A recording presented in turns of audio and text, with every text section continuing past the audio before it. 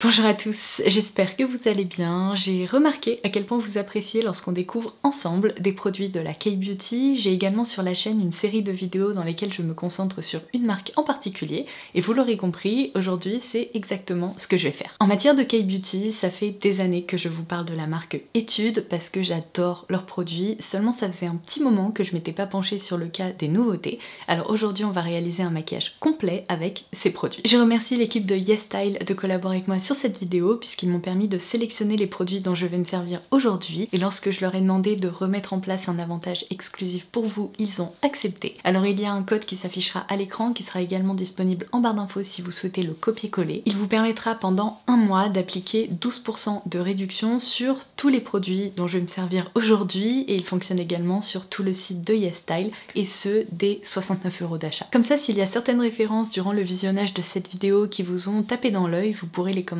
à moindre coût. Alors avant de vous montrer ce que j'ai appliqué sur mon visage, quelques mots à propos de la marque Etude si vous ne la connaissez pas encore. Il s'agit d'une marque de cosmétiques qui est absolument iconique en Corée du Sud et j'aime beaucoup leur approche en matière de formulation et de création de produits puisqu'elle reste fun et malgré ça on retrouve des textures qui sont innovantes, des couleurs qui sont vibrantes et des produits dont on peut parfaitement se servir au quotidien. Du coup vous l'aurez compris, on a pas mal de choses à découvrir ensemble aujourd'hui, alors je vous souhaite un excellent visionnage. Je vais commencer par appliquer une déclinaison d'un fond de teint que je connais très bien, que je vous ai longtemps recommandé sur la chaîne. Si vous me suivez depuis quelques années, vous allez sûrement le reconnaître. Il s'agit du Double Lasting Foundation. La version que je connais très bien est celle-ci, qui existe toujours d'ailleurs, seulement j'ai été très intriguée par cette nouveauté puisque j'ai l'impression que la texture correspond plus à un fond de teint sérum. Ah, et j'ai failli oublier, je voulais appliquer une base de teint au préalable. Vous connaissez mon amour pour la Glow On, d'ailleurs je pense que ça peut se voir, j'ai presque terminé mon flacon. C'est une base à la fois gélifiée et hydratante qui apporte un superbe éclat sur le visage. Et je trouve que c'est aussi un splash de fraîcheur et en ce moment, ça fait pas de mal. Non mais regardez-moi ça, c'est trop beau et en plus, ça ne colle absolument pas. On revient à ce fond de teint, j'ai opté pour la teinte Light Vanilla mais vous retrouverez bien entendu toutes les références dont je me sers aujourd'hui directement en barre d'infos. J'ai pris l'habitude de toujours répartir la matière sur mon visage pour ensuite la travailler plus facilement. Au doigt, j'ai déjà senti à quel point la texture était un peu gélifiée. J'ai l'impression qu'elle va créer un film lumineux sur le visage. Mais regardez-moi cette couvrance, c'est incroyable pour un fond de teint un peu effet sérum. Je sais que c'est un point qui est souvent reproché aux textures plus légères et plus naturelles. Malheureusement, si vous faites partie des personnes qui recherchent un teint très unifié et une belle couvrance, souvent on retrouve plutôt des couvrances légères à moyennes. Là, j'ai l'impression qu'on est à minima sur une belle couvrance moyenne et j'ai même l'impression qu'il peut se construire potentiellement jusqu'à une couvrance encore plus importante. Autant vous dire que là, je suis extrêmement surprise puisque ça fait longtemps que je me suis pas servi de couvrance plus intense. Généralement ces textures marquent beaucoup, elles ont tendance à tirer vers un fini plus mat, alors que là c'est tout le contraire. On retrouve ce rendu ultra naturel et glowy que j'adore et pourtant le teint est parfaitement unifié. Alors sans surprise, je n'ai pas pris de petite pince pour ma frange, donc laissez-moi quelques minutes pour la soulever et répartir la matière juste ici. Mais regardez, c'est fou comme la texture se travaille rapidement et ça crée vraiment un effet seconde peau. Et bien écoutez, je pense que je viens de découvrir un nouveau favori en direct avec vous. Je suis bluffée par ce rendu. Regardez, si je m'approche, il n'y a absolument aucun effet de matière. On a vraiment l'impression que ma peau est naturellement aussi unifiée et en plus on dirait que j'ai en quelque sorte effectué ma routine soin ou en tout cas que j'ai appliqué un sérum hydratant. D'ailleurs si vous vous demandez pourquoi le rendu est plus lumineux de ce côté, c'est parce que j'ai une grosse lumière de studio juste là, donc fiez-vous plutôt au rendu que vous observez ici. Mais regardez, c'est tellement beau! En tout cas, je vous le dis direct, si vous avez une peau normale, sèche ou à tendance déshydratée, cette référence est faite pour vous. Pour structurer le visage, il y a pas mal d'options qui sont proposées chez Etude. J'en ai quelques-unes juste ici que j'ai envie de découvrir avec vous.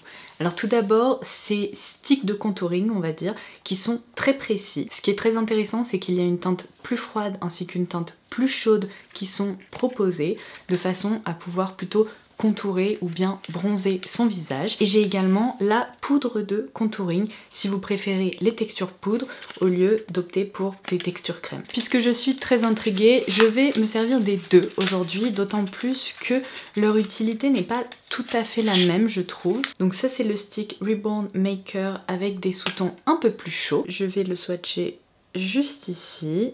Ah, c'est génial parce qu'il n'est pas orange non plus. Et très pratique pour pouvoir les différencier. Voici le packaging de la teinte froide. Ah, c'est intéressant parce qu'elle n'est pas trop grise. Je dirais que c'est plutôt un vrai taupe. Du coup, aujourd'hui, je vais opter pour celle-ci. Je vais donc, hop, en déposer un petit peu là où j'aime tout simplement définir les traits de mon visage. On peut tout à fait en appliquer, vous voyez, au creux de la paupière comme ça pour définir également. Je sais que certaines personnes aiment s'en servir juste ici pour créer une ombre naturelle en fait sous la bouche et donner l'illusion d'une lèvre plus rebondie. Et si je vous dis que l'utilité n'est pas tout à fait la même par rapport à une poudre, c'est parce que évidemment cette pointe est très précise, donc on peut tout à fait par exemple contourer son nez. Alors c'est quelque chose que je ne fais jamais. Est-ce que je testerai pas aujourd'hui? Allez, pourquoi pas. Franchement, la matière a l'air très fine, donc j'ai pas peur de me louper. Et je vais tout simplement répartir ça avec un pinceau bien dense. Bon bah en quelques tapotements c'est fait, la matière est vraiment ultra facile à répartir. Pour le nez par contre je vais le faire au doigt parce que j'ai peur que ça répartisse un petit peu trop. Et franchement, ni vu ni connu, le rendu est hyper naturel. Alors juste avant de passer à la poudre de contouring que je vais vous montrer tout de suite, ah c'est un duo aussi. Vous voyez, il y a une nouvelle fois une teinte plus froide ainsi qu'une teinte plus chaude, donc très pratique. Mais du coup, avant d'appliquer ça à même le fond de teint, je vais poudrer un petit peu mon teint, je reviens tout de suite. Je vais continuer sur ma lancée un petit peu plus froide et je vais donc prélever cette poudre. Et je vais la diffuser, ça va également permettre de fixer la crème. Vous savez quoi, en fait ça mérite une petite touche un peu plus chaude, donc pour équilibrer, hop. Ah oui, là c'est mieux. Bon, pour le maquillage des joues, vous savez à quel point j'aime détourner des produits qui sont initialement prévus pour le maquillage des lèvres, et particulièrement les tints, puisqu'ils tiennent super bien. Alors j'ai l'impression que je vous ai uniquement montré l'application de tints assez lumineux jusqu'à présent, donc aujourd'hui on va utiliser le Fixing Matte Tint chez Etude. Je vais opter pour la teinte 18, et apparemment on est ici sur un fini Soft Matte. Non mais ce packaging mérite encore une fois une mention parce que c'est trop joli. Et du coup je vais le positionner juste ici. On est sur un rose poudré tirant un peu vers le mauve. Alors je vous l'ai déjà expliqué, mais pour éviter les mauvaises surprises, je vous recommande d'appliquer un petit peu de matière directement sur votre pinceau et de construire la pigmentation petit à petit. Ça évite en plus de vous retrouver avec des points ou des taches sur les joues, ce qui est loin d'être idéal. Si vous demandez pourquoi j'utilise un pinceau aussi petit, il est normalement prévu pour l'highlighter, mais je dois laver tous mes pinceaux blush, donc pour éviter de mélanger des couleurs, j'ai préféré opter pour cette option. Regardez comme il se diffuse super bien, ça permet vraiment de créer un effet aquarelle délicatement coloré. C'est trop beau. En fait, on a juste l'impression que je rougis un petit peu. Ce qui est hyper pratique avec cette technique, c'est que vous pouvez facilement créer des looks monochromes en utilisant la même teinte sur les joues et sur les lèvres. Franchement, si vous n'avez encore jamais détourné un produit comme ça, faites-le, vous m'en direz des nouvelles. Pour les yeux, j'ai envie d'utiliser ce duo Bling Bling parce qu'il m'a l'air hyper facile et rapide pour le quotidien. Vous avez d'un côté un fard stick assez précis qui vous permet aussi d'ajouter une petite touche lumineuse en coin interne, et de l'autre un crayon couleur chair. Non mais c'est génial pour vraiment réveiller le regard. Ça va donc me prendre quelques secondes et il y a certains matins c'est sincèrement tout ce que je demande. Donc je répartis la matière et je la diffuse tout simplement au doigt. Comme ça je m'embête pas. Bon, c'est pas selon moi un effet bling bling, c'est-à-dire que c'est pas ultra scintillant, pailleté. Au contraire, c'est vraiment un fard qui permet à la fois d'unifier et d'apporter un petit peu de luminosité. Donc c'est plutôt fait pour ceux et celles qui aiment les produits vraiment naturels. Et du coup, petit coup de crayon. Ah oui, et par contre il est intense celui-ci. Ok, il a complètement supprimé les rougeurs au niveau de ma muqueuse. Avec du mascara, ça va être parfait. Alors justement, aujourd'hui, je vais utiliser ce mascara dans sa déclinaison Perfect Lash. Ah Je pensais que c'était un mascara teinté, mais non, c'est un mascara transparent. Oh mince, dang. Bon, bah écoutez, je vais fixer mes sourcils avec. Petit retournement de situation qui n'était absolument pas prévu. Bon, par contre, il coiffe très très bien les sourcils sans laisser d'effet de matière. Je sais que les amateurs de No Makeup Makeup aiment utiliser des mascaras transparents au niveau de leurs cils, tout simplement pour les coiffer et les rehausser un petit peu. Je vais vous montrer son rendu, mais je pense que je vais ensuite appliquer un mascara noir parce que sinon je vais avoir l'air fatiguée toute la journée. Parce que comme vous pouvez le voir, j'ai vraiment de petits cils et du coup c'est pas vraiment une option idéale pour moi parce qu'ils sont pas hyper fournis, hyper noirs naturellement. Donc c'est une technique qui ne fonctionnera pas sur tout le monde, on va dire. Vous voyez, le rendu est quand même ultra naturel. Alors par contre, peut-être que ça peut servir de base de mascara. De toute façon, maintenant que je l'ai appliqué, j'ai pas tellement le choix. Vous voyez, c'est pas hallucinant sur ma frange de cils, ça les galbe un tout petit peu, mais c'est tout. Bon, du coup, je vais appliquer un tout petit trait d'eyeliner ainsi que du mascara et je reviens tout de suite pour finaliser ce maquillage avec des découvertes pour les lèvres. Je vous confirme qu'on peut tout à fait s'en servir en tant que base de mascara, ça permet de créer une frange de cils un petit peu plus coiffée, d'ajouter du galbe et également de la longueur. Pour le maquillage des lèvres, ça va être le défilé des nouvelles textures que je voulais absolument tester. Je commence par cette référence dont j'ai entendu beaucoup de bien. Il s'agit des Oil Tint, donc ce sont vraiment en fait des huiles pour les lèvres qui sont teintées. Alors ce que j'adore dans cette gamme, je vais vous montrer, c'est qu'il existe différents niveaux de pigmentation. Je commence par la 05 Red Oil. Et alors celle-ci joue vraiment sur la transparence. On a ce côté un peu effet sirop pour les lèvres. Je pense que ça va créer une bouche ultra glossy, bien rebondie. Donc je vais appliquer ça tout de suite. Il y a un petit parfumage très léger de salade de fruits un peu sucrée. Donc je n'ai bien entendu absolument rien sur les lèvres et je vais donc appliquer ça. Oh là là, regardez-moi ça, c'est trop beau. Quand on sait que des textures comme ça existent, ça ne sert à rien d'acheter des glosses parce qu'on obtient du coup un effet ultra glossé et pourtant la texture est parfaitement aqueuse, légère, elle ne colle absolument pas et elle ne crée pas non plus d'effet de matière sur la bouche. Ouh là là, ça c'est validé. Je vous rapproche un petit peu comme ça vous pourrez mieux observer ces rendus. Je passe à la teinte 02 qui est la Plum Berry et qui illustre parfaitement le fait qu'il existe en effet des teintes bien plus pigmentées au sein de cette gamme. Pour vous donner un petit point de comparaison, ça c'est donc évidemment la teinte que je viens d'appliquer et je vais appliquer à côté la Plum Berry. Vous voyez? Donc avec celle-ci, on va évidemment obtenir un rendu plus impactant. Bon bah sans surprise, elle est magnifique et il faut dire que c'est un petit ovni parce que des huiles à lèvres aussi pigmentées, c'est bien simple, je n'en ai jamais testé. La deuxième référence sur laquelle je voulais absolument me pencher, sans surprise, c'est un petit format clic-clic.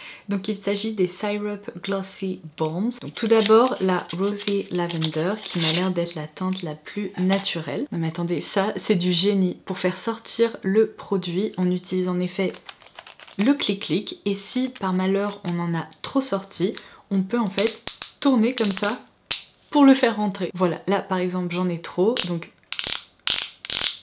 c'est réglé. Je sens que je vais adorer. C'est vraiment une base de baume à lèvres, mais regardez-moi ces reflets et ce côté presque gélifié. Ensuite je passe à une teinte qui m'a l'air un petit peu plus intense, c'est la Cherry Syrup. C'est ça. Bah finalement elle fait pas si peur que ça, c'est presque une couleur un peu pomme rouge, très très sympa. Et cette teinte là m'a l'air très intrigante, il s'agit de la Lilac Shower. Ouh, il y a des micro paillettes à l'intérieur. Regardez. Bon, c'est une teinte transparente avec un léger sous-ton lilas. Mais regardez-moi ça, mon dieu, c'est trop trop beau. Bon, je pense que je vais être obligée d'appliquer celle-ci parce que elle m'intrigue beaucoup. C'est hyper fin. Vous savez, la plupart de ces formats sont un peu épais. Ils possèdent presque une texture de baume hyper enrobant. Et là, on a une texture qui, certes, enrobe bien la bouche, mais qui glisse comme ça, qui est très confortable. Non mais vous voyez cet effet sur la bouche avec toutes ces micro paillettes, c'est trop trop beau. D'autant plus que, étonnamment, ça reste facile à porter en fait. Je vais essayer de vous montrer avec la lumière de mon téléphone, mais Waouh! Et du coup, je vous propose qu'on finalise cette vidéo par le fameux look monochrome que j'ai mentionné tout à l'heure en détournant cette référence sur les joues. Je vais bien entendu vous montrer également son rendu sur les lèvres. Puisque je sais que tout le monde n'est pas abonné aux textures ultra lumineuses et glossy comme moi, j'imagine que cette option vous parlera plus si vous appréciez les rendus soft matte. C'est très déroutant, parce que c'est une texture aqueuse en fait à l'application. D'ailleurs, elle se rapproche beaucoup de la couleur de mes lèvres. J'ai l'impression de ne rien appliquer et pourtant, ça se voit, il y a des pigments qui se déposent. C'est là où on remarque le côté hyper innovant de ces textures, puisque je n'ai jamais appliqué un rouge à lèvres liquide mat qui procure en fait cette sensation sur la bouche, qui soit aussi fin, qui soit aqueux et qui petit à petit va se fixer pour en effet devenir mat. Oh purée, ça fait seulement quelques secondes et vous voyez à quel point mes lèvres sont lissées et il n'y a absolument aucun effet de matière, malgré le fait que ce soit déjà mat. Alors ça, c'est vraiment mon deuxième coup de cœur, c'est hallucinant ce rendu en fait. Oh et d'ailleurs, je vous l'ai pas précisé parce que j'imagine que vous vous en doutez vu le rendu de ce produit, mais il est bien entendu sans transfert. Et voilà pour ce full face étude. En plus, je viens de réaliser que j'ai fait quelque chose sans même m'en rendre compte. J'ai opté pour une teinte qui va parfaitement avec ma robe aujourd'hui. Non mais c'est pas beau ça. Bref, j'espère que vous aurez pu faire de très jolies découvertes en ma compagnie. N'oubliez pas que vous pouvez dérouler la barre d'infos pour accéder aux différents produits que je vous ai présentés et également pour pouvoir profiter du bon plan sur l'e-shop de YesStyle. Sur ce, je vous embrasse et je vous dis à très vite. Bye bye!